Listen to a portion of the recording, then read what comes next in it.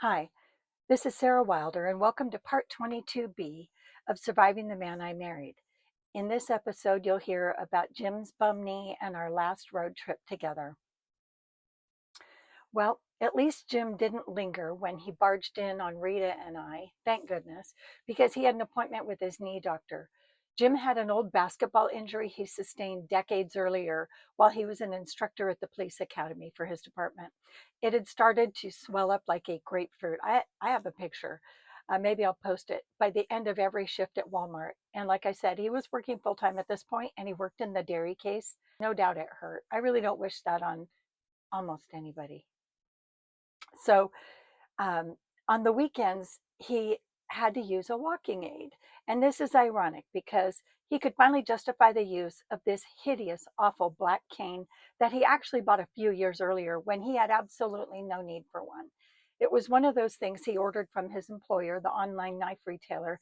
And at the time, he told me he wanted it because it doubled as a weapon. I think it was a Cold Steel brand cane. Anyway, I don't care. It was stupid. So the ugly black cane was something that he brought out more prominently. He had it for a while, but he brought it out when I hurt my foot. So back in 2021, this was like, so 13 months before where we are in this episode, I'd shattered my foot. If you've been here from the beginning, you know I broke 10 bones in my right foot, just destroyed a couple tendons, and had major surgery, reconstructive surgery. A hoverboard injury. I don't know. Sometimes karma or the universe sends a message in the form of a drastic, dramatic, embarrassing injury. So, anyway, he started breaking out this cane and he knew I didn't like it. It was a joke. Even all four of the kids hated it. And we would ridicule it every time he tried to bring it out. So, Jim started walking on it, with it, leaning on it as if he had an injury. And get this, he had an impersonated limp. He had a limp. I have a boot, heavy meds, have a house that's 3 stories, so I'm really just living in the upstairs bedroom. And he's got a cane and a limp and a little bit of a lean. Stolen injury. It's so disgusting. So every single time he tried to bring that stupid cane with us on an outing, I told him to put it away. It was repellent. The last time Jim headed for the door with that vile appendage and that stupid limp, and so embarrassing because like he had like this little twinkle in his eye. The man lived to perform. So I rebuked the whole act once and for all. I actually just refused to get in the truck with him and the cane. That was it, one or the other. And I won. I won. However, think for a minute, between the ugly yellow boots and the ugly black cane, should there be a battle, who would win? Who would win? Me, because they'd both be in the garage lit on fire.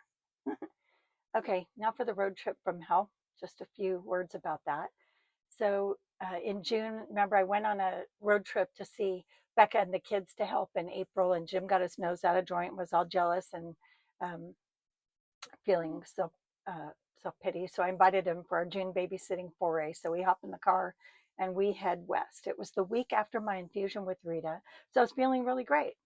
Um, so my car is a pretty tiny car, Subaru Crosstrek, which I love about it. It fits me. I'm not all that big. It's perfect for me. But with Jim in the car, we're talking 6'2", 280 pounds. He's hairy except for on his head. It was like having a grizzly bear in a Pendleton coat behind the wheel. It was claustrophobic, but here we are. It's our first time going anywhere long distance in the car, the new car.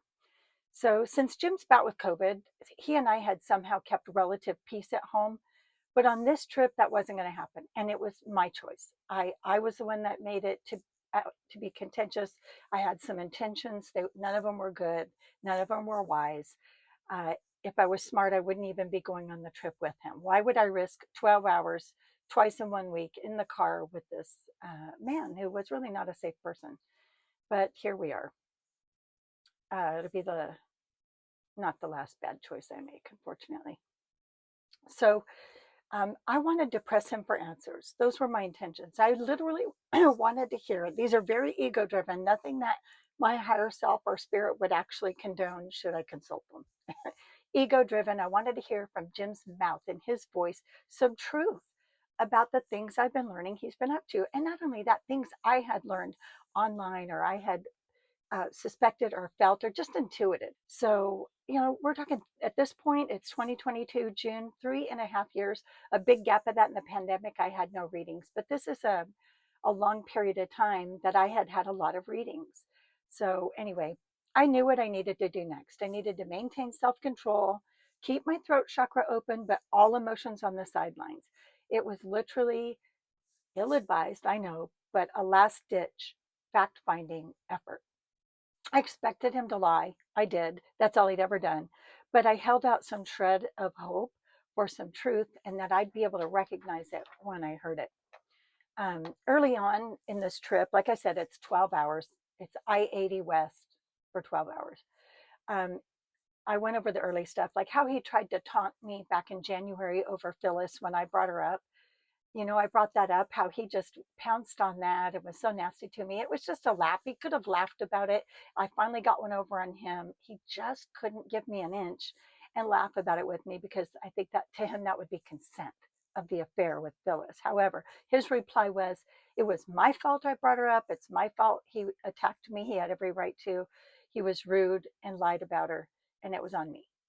Then I talked to him about how he showed his anger at Boyd at Walmart. I mean, I heard a few things and it was disturbing. I'd never seen that side of Jim at home. We had never had loud blow ups on a regular basis. I would say in our entire 39-year marriage, we had maybe one a year, or less than one a year, a lot less than one a year. That's how infrequent. So I was alarmed. And this was in front of really strangers at a place where I also worked. So we brought that up. His answer, Boyd deserved it. And the other thing I brought up was his refusal to honor my basement space. Like I said, there were rules. I mentioned them in the previous episode. Once a month, he needs to leave me alone. By the time he gets home from work, we are 6 hours into my infusion, and I'm really not feeling well. Sometimes I'm ill from my stomach by that point. So I've asked him to leave me alone. But like I said, Nurse Rita was a big temptation. And I asked him to please continue to honor that. I didn't appreciate the interruptions.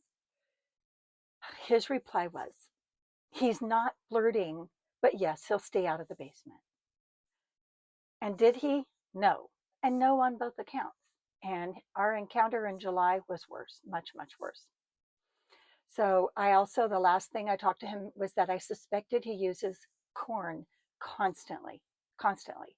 I gave him a few examples of the things I intuited and witnessed. And I mean, one time I went in his bathroom after he'd been in there. I had my own, but I went in there to get something out of the under the sink, and I saw something on the floor in front of the toilet. I don't want to talk about it, but you know what I mean. You know what anyone who's married to a corn and um, you know what else, everything that goes with it, addict.